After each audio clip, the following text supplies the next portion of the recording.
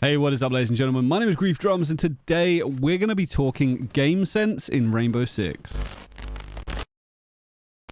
Now, when people throw the term game sense around, very often I sort of find myself asking, well, what exactly does that mean? What does game sense mean? And to me, it kind of means the ability to read the game and what is going on around you. So what I wanted to do today is I wanted to break down 3 individual clips. We're not going to dwell on them too much, but I feel like it really does showcase good opportunities to read the game and figure out what exactly is going to happen. So without any messing around, let's just go ahead and jump straight into the first clip. Now, this particular clip sees us over on Cafe. It's match point. I mean, it's 4-4 overtime, as it normally is with my games. And we're trying to attack down onto the reading room and fireplace site.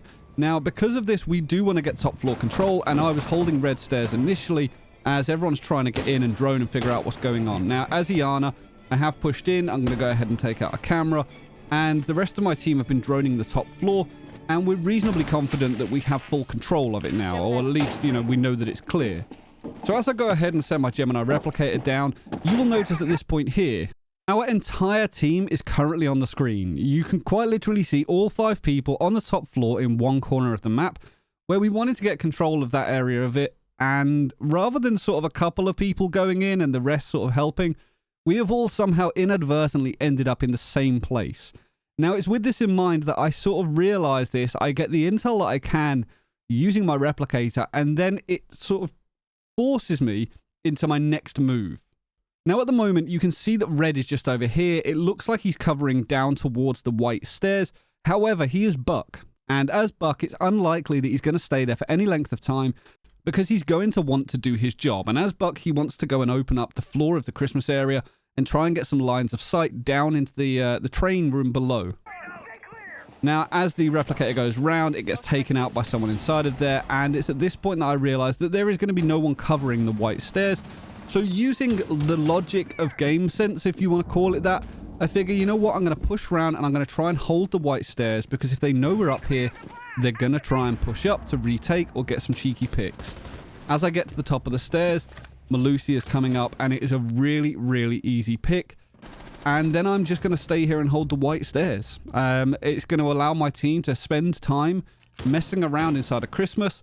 Ideally, we would have someone over by the red stairs in a, an ideal world, but there's only so much I can do as one player, so I'm just going to hold the white stairs for the time being. Once my replicator is back up and available, I have the potential to use it, but I'm just waiting for my team to do everything that they can from where they are. Now, as the round progresses, I end up coming through to try and assist as best I can as the push starts coming down from the red stairs. We find out where Doc is, we go ahead and take him out, and the round sort of comes to a pretty easy cleanup, honestly. But it could have gone completely differently had I not sort of read the situation and thought, you know what, Malusi could be coming upstairs. We would have been completely sidetracked for the entirety of the round, and it made a huge difference.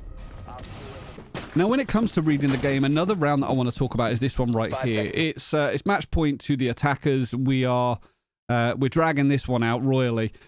But this drone right here, I want you to pay attention to it. There is a drone at the bottom of the spiral stairs. Now, to me, that immediately screams that someone wants to push down those spiral stairs. Otherwise, they wouldn't have left it there.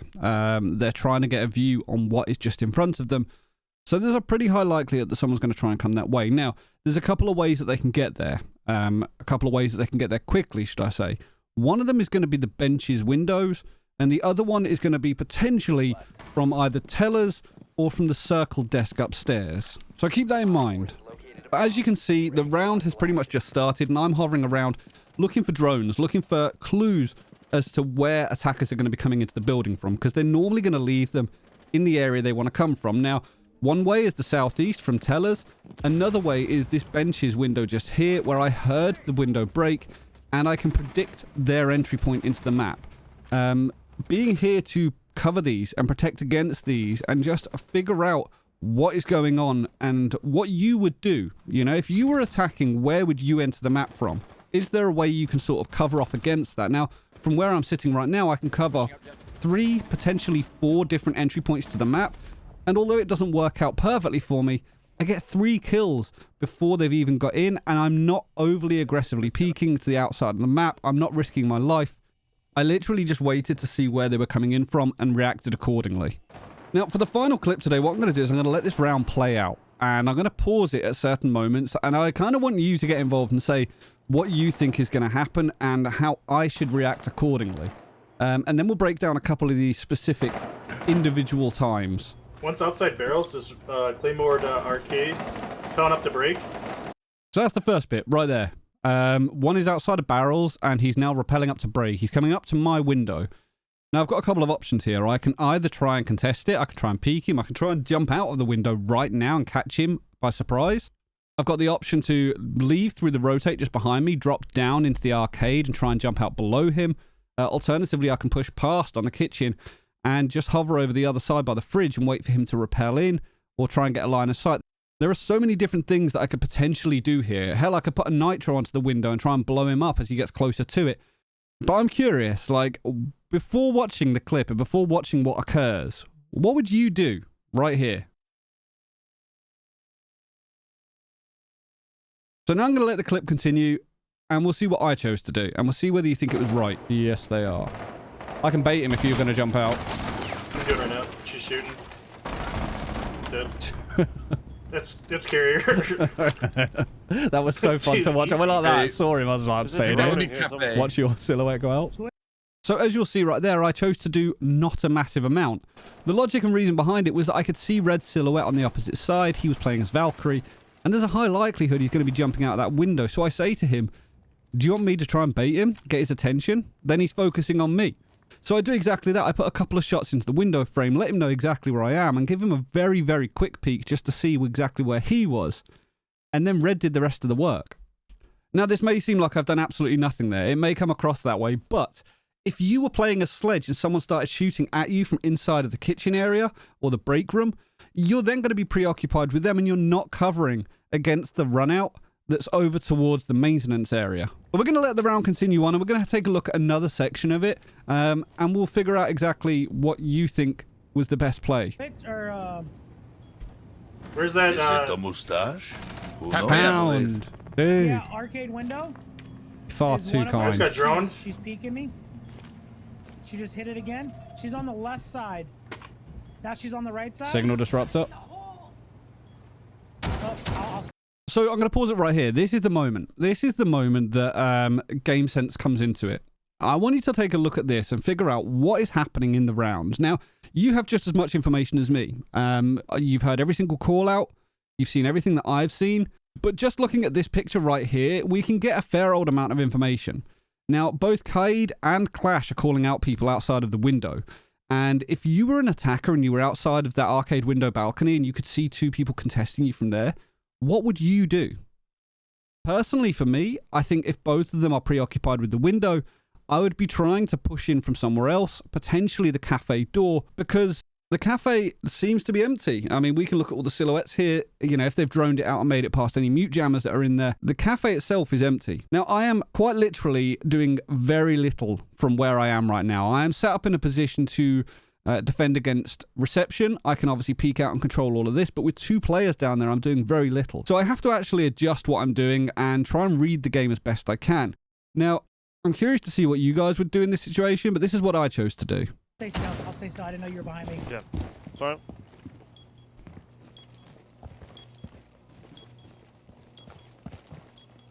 In cafe. He's gonna peek out now. Still cafe, on the right Vinny. side. Oh, In. Out in front of the cafe. Both cafe are dead. Nice. So right there, as you will have seen, I decided to read the game and figured that if someone's going to be coming through cafe, I want to be in a position to stop it. There's no one holding this right-hand corridor, so I have to adjust. I'm doing nothing, hunkering down behind the other two defenders that are in front of me.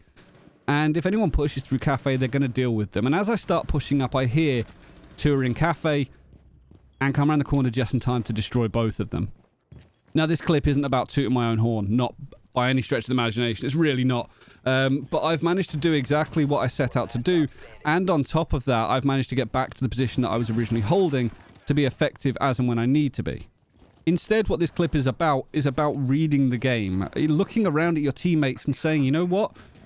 Based on the little information that we have got, how can I actively affect what is going on in this particular moment? Rather than just sitting in break room and achieving nothing, How can I go and hold a different angle that would protect my team? The biggest thing is, although you go into a game with a plan, it's being fluid and dynamic enough to read what's going on around you, to look at your team and say, you know what? From where they are, they could quite easily get pushed from this way. Or if you set up a specific strategy and you're trying to hold down a certain area, it's looking around and saying, there's a big gap over here. You know, there is an area where defenders or attackers could push through this particular setup that we currently have going on and trying to plug that hole, if you will. Hopefully there's something in this video that you can take away. Hopefully it will challenge the way that you think and see the game. It's far too easy to play as one side, whether it's attacking or defending, and only go looking for the enemy team. Now, I know this sounds daft, but you have to keep an eye on where your own team are the entire time to figure out what's going on in the game. And the amount of intel that you can gain from that is phenomenal. If you see a skull appear, you know that that person has died on that area of the map, so you know there is at least one of the enemy opposition over there. Nevertheless, I'd love to hear your thoughts. I'd love to hear what you think about this video and the ideas behind it. I mean, I'm trying to break down individual moments that were the turning point for me. That was where, in that round, my mind clicked and said, you know what? This is going to occur. How can I react against it? If you did enjoy the video, please consider hitting the thumbs up. If you don't already, make sure to subscribe. And until next time, ladies and gentlemen, stay reckless and relentless.